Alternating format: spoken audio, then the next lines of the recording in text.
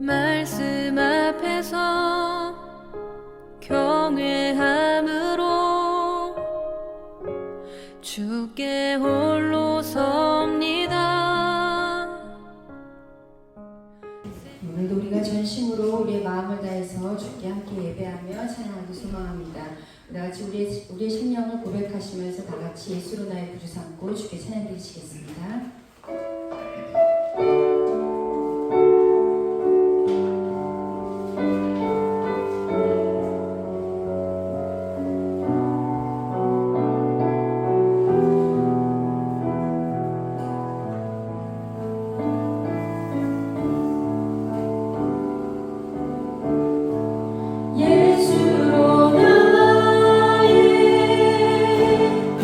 구주 삼고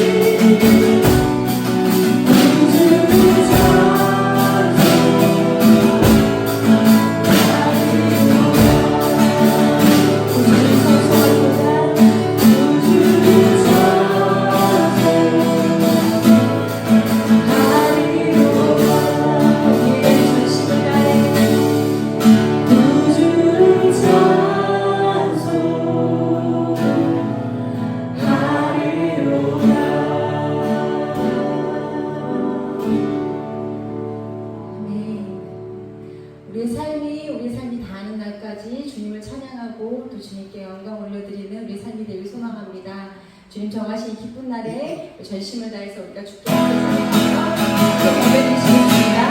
우리가 성령을 하시겠습니다. 이 날은 주가 주신 날, 이 날은 주가 주신 날, 기뻐하고 즐거워하고 이 날은 주가 주신 날, 기뻐하고 즐거워하고 나의 주가 이 날은 주가 주신 날, 기뻐하고 즐거워하고 주가 주신 날, 기뻐하고 즐거워하고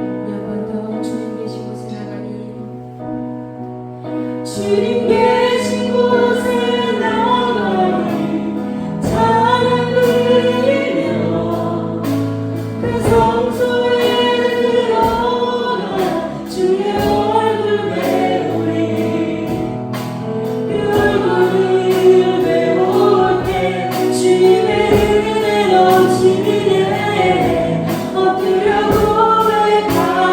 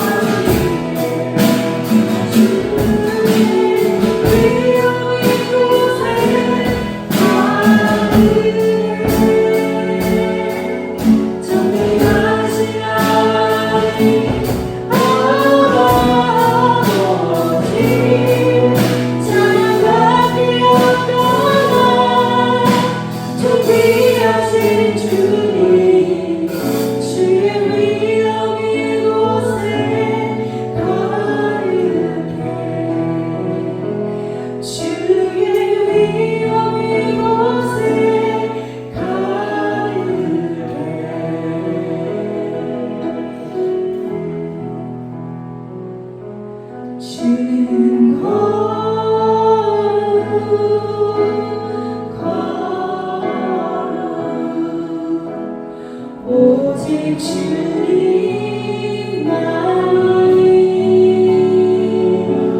주는 거룩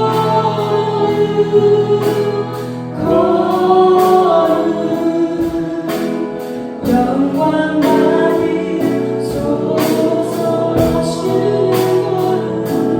주는 거룩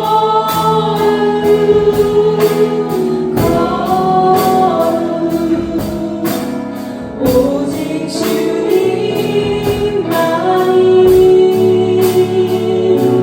주는 거룩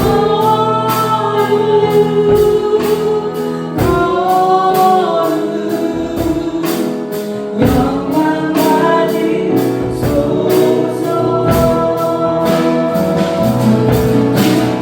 영원히 전하니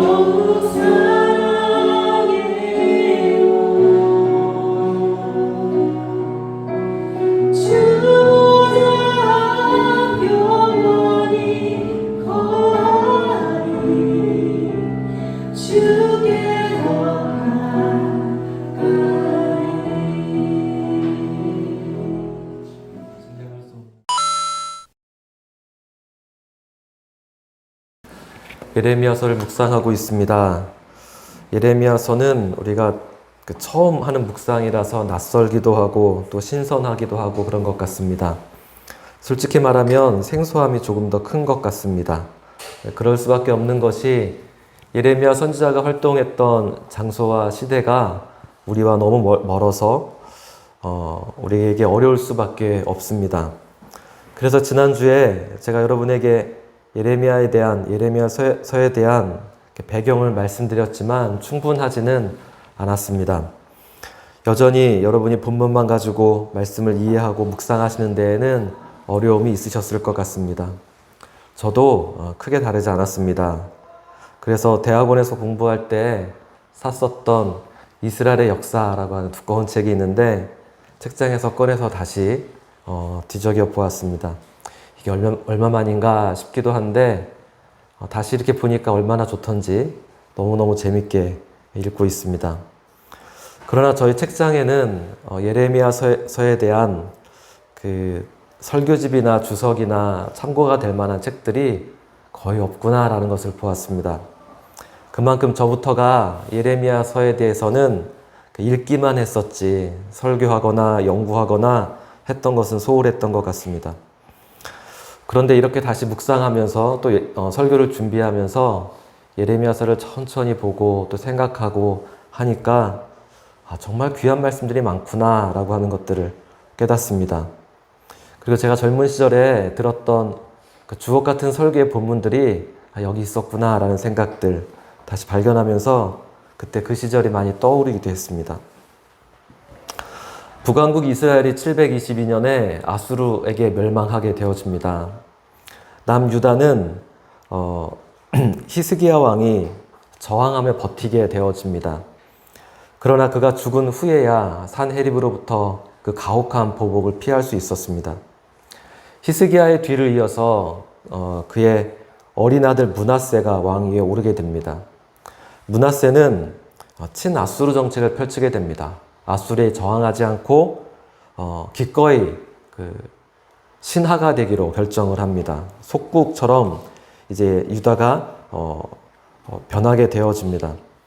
왜냐하면 주전 7세기 말은 이 아수르가 거대하게 팽창하고 있었던 시기였기 때문에 아수르에 저항한다라고 하는 것은 참 무모한 짓이었습니다. 그래서 므낫세는 자신의 긴 통치 기간 내내 아수르의 충성스러운 신하로 지냈습니다. 때문에 그의 이런 친아수르 정책 때문에 아수르로부터 수많은 영향을 받을 수밖에 없었고 문화와 종교적인 것들이 밀려 들어오게 되어집니다. 메소포타미아에서 기원한 별들의 신, 그 신을 위한 제단이 예루살렘 성전 안에 차려지게 되어집니다. 그리고 선친 히스기야가 개혁했던 그 수많은 산당들 다 부숴버렸던 것들이 다시 재건되고 다시 세워지고 그렇게 되어집니다. 이전부터 가나안 땅에 있었던 토착 종교와 또 이제 아수르로부터 들어온 문화와 또 제의와 관습들 이런 것들이 예루살렘 안에서 혼합되면서 굉장히 혼탁한 시대를 살아가게 되어집니다. 풍요와 다산의 상징 바알을 섬기는 일들이 벌어지고 또 제의적인 매음 행위가 예루살렘 성전 안에서도 버젓이 묵인되었습니다. 아수르에서 당시 크게 유행했던 점성술, 마술 이런 것들이 다른 이방 풍습들과 함께 예루살렘에서도 크게 유행하게 되어집니다. 그렇다고 해서 유다 사람들이 여호와의 신앙을 완전히 버렸느냐? 그렇진 않았습니다. 그들 생각에는 하나님은 하늘을 주관하시는 망군의 하나님이고 그 성전에 있는 별의 신들은 하나님의 조신. 그러니까 예루살렘 성전이 만신전처럼 이것저것 우상들로 가득했다라는 겁니다. 우리로서는 잘 상상이 되지 않지만 역사적인 사실입니다. 이런 상황 속에서 하나님이 예레미야를 요시야 왕 13년 므낫세가 죽고 그의 아들이 잠깐 다스리고 2년인가 있었고 그 다음에 요시야가 다스리기 시작하는데 요시야 왕 13년에 예레미야를 부릅니다. 1장 10절에 보면 보라 내가 오늘 너를 여러 나라와 여러 왕국 위에 세워 너로 그것들을 뽑고 파괴하며 파멸하고 넘어뜨리며 건설하고 심게 하였느니라 하시니라. 하나님이 예레미야를 여러 나라와 왕국 위에 세웠다라고 했습니다. 이 세웠다라고 하는 표현은 임명했다, 추대하였다라는 뜻입니다. 하나님이 예레미야를 열방의 감독자로 세웠다라는 것입니다. 그의 사역의 웅장함을 말하는 겁니다. 겉보기에는 그가 초라해 보이고 사람들이 보기에는 보잘것없어 보였지만 하나님이 그에게 맡긴 사명은 온 열방의 감독자였습니다. 우리들도 그렇습니다. 하나님이 우리를 열방의 감독자로 세우신 줄 믿습니다. 우리가 이 나라에 대해서 고민하는 이유이고 열방을 품고 또 열방으로 나아가고자 하는 마음이 바로 그것입니다. 우리의 기도와 사역의 스케일은 온 열방이어야 합니다. 제가 좋아하는 이야기 말 중에 전에 김종수 목사님이 하셨던 말씀인데 이 말 참 좋아합니다. 까불지 마. 나 앞으로 큰일 할 사람이야. 목사님이 방황하실 때 술, 알코올 중독에 걸려서 사람들이 막 침뱉고 다닐 때 그래도 어머니가 그 얘기했던 말. 넌 앞으로 큰일 할 사람이야. 근데 그 말이 그분의 마음 안에 있어서 누가 무시할 때 까불지 마. 나 앞으로 큰일 할 사람이야. 내가 이 말을 이렇게 바꿔야 할 것 같습니다. 까불지 마. 나 지금 큰일 하는 사람이야. 현재 우리 열방의 감독자들입니다. 여러분이 회사에서 최고 경영자는 아니다 할지라도 어쩌면 여러분이 하는 일이 허드렛 일일 수도 있겠지만 까불지 마. 나 지금 큰일 하는 사람이야. 이렇게 말해야 합니다. 학교에서 내가 공부를 잘하든 못하든 상관없이 하나님 나를 그곳에 두셨다면 교장 선생님도 풀지 못하는 문제를 우리는 풀어야 하는 사람들입니다. 그것이 우리의 사명입니다. 하나님이 저와 여러분을 열방의 감독자로 세우셨음을 잊지 않기 원합니다. 1장 1절에 보면 10절에 보면 예레미야가 해야 되는 일들을 6가지로 말씀하고 있는데 처음 나오는 4가지 동사는 부정적인 것들입니다. 부수는 일들입니다. 뽑고 파괴하며 파멸하고 넘어뜨리는 것입니다. 그리고 이어지는 2가지는 다시 세우는 것인데 건설하며 심게 하였다라고 했습니다. 비율로 따지면 4대 2가 되어지죠. 부서뜨리는 것이 2배나 더 많습니다. 이제 예레미야가 해야 될 일들은 이와 같은 일들을 하는 것들을 보게 될 것입니다. 그리고 오늘 우리가 읽었던 2장 1절로 8절 말씀은 예레미야가 드디어 이제 험난한 사역을 시작하면서 그 첫 번째로 외쳤던 그 첫 번째 하나님의 선포였습니다. 다시 한번 보면 여호와께서 이와 같이 말씀하시기를 내가 너를 위하여 내 청년 때의 인애와 내 신혼 때의 사랑을 기억하노니 곧 씨 뿌리지 못하는 땅 그 광야에서 나를 따랐음이라 라고 말씀합니다. 하나님은 제일 먼저 뭘 말씀하시냐면 이스라엘이 잘했던 것들을 이야기하십니다. 청년 시절의 인애와 신혼 때의 사랑을 기억한다 라고 말씀하십니다. 청년 때의 인애란 무엇일까요? 젊은 시절의 사랑, 순수한 사랑을 말하는 겁니다. 이 반대가 무엇이냐면 청년인데 느끼한 사람이 있겠죠. 이것저것 누가 그런 사람을 좋아하겠습니까? 근데 그런 사람이 아니라 청년의 사랑인데 하나님을 향하여 순수한 사랑을 가졌던 그때를 기억한다 라고 말씀하십니다. 찬양 중에 예수 나의 첫사랑 되시네 라는 찬양 혹시 아시나요? 멜로디가 참 경쾌하고 참 좋은 찬양인데 생각보다 많이 불리진 않습니다. 그건 아마도 가사 때문이 아닌가 싶은데 가사가 이렇습니다. 예수 나의 첫사랑 대신에 내 첫사랑 이렇게 시작하는 가사입니다. 아마 이 찬양을 부르면서 정말 예수님이 나의 첫사랑일까? 라는 생각들을 하기 때문에 이 찬양을 못하는 건 아닐까? 나의 마지막 사랑이 원합니다 라고 하는 마음으로 찬양하는 것은 아닐까라는 생각을 혼자 해보았습니다. 하나님이 보실 때 청년의 사랑이란 게 무엇일까요? 그 다음에 보면 또한 신혼 때의 사랑을 기억하노니 라고 했습니다. 신혼 시절이 얼마나 좋습니까? 깨가 쏟아진다 라고 하잖아요. 이것이 부부의 모습입니다. 얼마나 달콤한지 하나님과 이스라엘의 사랑이 그러했다라고 합니다. 근데 그게 언제인가 하면 씨 뿌리지 못하는 땅, 그 광야에서 나를 따랐다. 하나님은 이스라엘의 광야 시절을 하나님과의 신혼 시절이었다라고 말합니다. 단칸방에서 아무것도 없이 살림살이 시작했던 것처럼 그런데 그때가 그렇게 행복했던 것처럼 하나님은 그때가 그렇게 행복했다라고 말씀하십니다. 조금 이상한 건 우리가 생각하는 광야, 이스라엘의 광야는 맨날 불평하고 투정되고 그래서 벌도 받고 많은 사람이 죽었던 그런 시절 같은데 하나님은 그렇게 말씀하지 않으시고 왜 그 광야 시절이 신혼이었다라고 말씀하실까요? 광야가 어떤 곳이냐면 6절에 보면 광야 곧 사막과 구덩이 땅, 건조하고 사망의 그늘진 땅, 사람이 그곳으로 다니지 아니하고 그곳에 사람이 거주하지 아니하는 땅이라고 했습니다. 사람이 거주하지 않는 땅인데 사실 우리나라에는 광야가 없어서 경험하기 어려운, 잘 상상이 되지 않는 그런 곳입니다. 사람이 살 수 없는, 농사도 짓지 못하고 가축도 키울 수 없고 유흥시설도 없고 그 광야는 사실은 버티고 생존하고 견딜 수밖에 없는 땅인데 오로지 하나님만 바라봐야 하고 하나님이 입히시고 먹이시고 지키셔야만 하는 그런 곳입니다. 그런데 이때 이스라엘을 향하여 3절에 보면 여호와의 성물이라고 말씀하십니다. 성물. 하나님의 성전에 있는 거룩한 물건들, 제단과 또 법궤와 이와 같은 것들을 말하는 겁니다. 제사장이 아니면 아무나 손대면 죽을 수도 있는 거룩한 것, 아무나 손댈 수 없는 것, 너희가 그렇게 거룩한 것이었다라고 말씀합니다. 새벽 이슬 같은 청년, 그 거룩한 헌신을 드렸던 그때, 나이가 젊다고 청년이 아니라 나시린처럼 하나님 앞에 구별된 사람, 그래서 그때가 너희가 성물이었다, 하나님 앞에 거룩한 사람이었다라고 말씀하시는 것입니다. 그런데 광야에서 그렇게 거룩했던 하나님 백성들이 이제 풍요와 다산의 신 바알을 섬기고 있습니다.